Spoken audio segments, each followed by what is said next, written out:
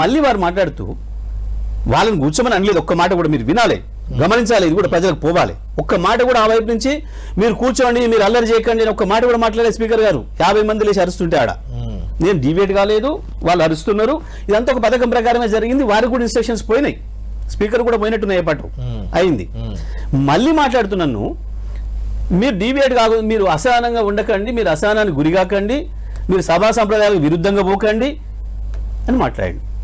నేనన్నా స్పీకర్ గారు, అధ్యక్ష నేను ఏ సంప్రదాయాలకు విరుద్ధంగా పోయినో మీరు చెప్తే నేను మాట్లాడతాను. నేను కూర్చున్నాను. మళ్ళీ ఇక్కడ ఏమైనా అసభ్యంగా ఉందా, నాదేమన్నా స్పీకర్ వ్యతిరేకంగా ఉందా, స్పీకర్ అవమానించినట్టుందా, కూర్చున్నా.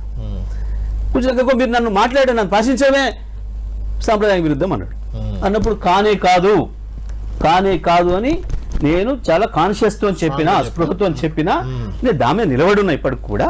కానే కాదు, ఈ సభ మనందరిది, నాకు సమానమైన హక్కు ఉంది, పెద్ద మనిషి అక్కడ కూర్చున్నారు, సభ మీది కాదు అందరిది అని చెప్పిన.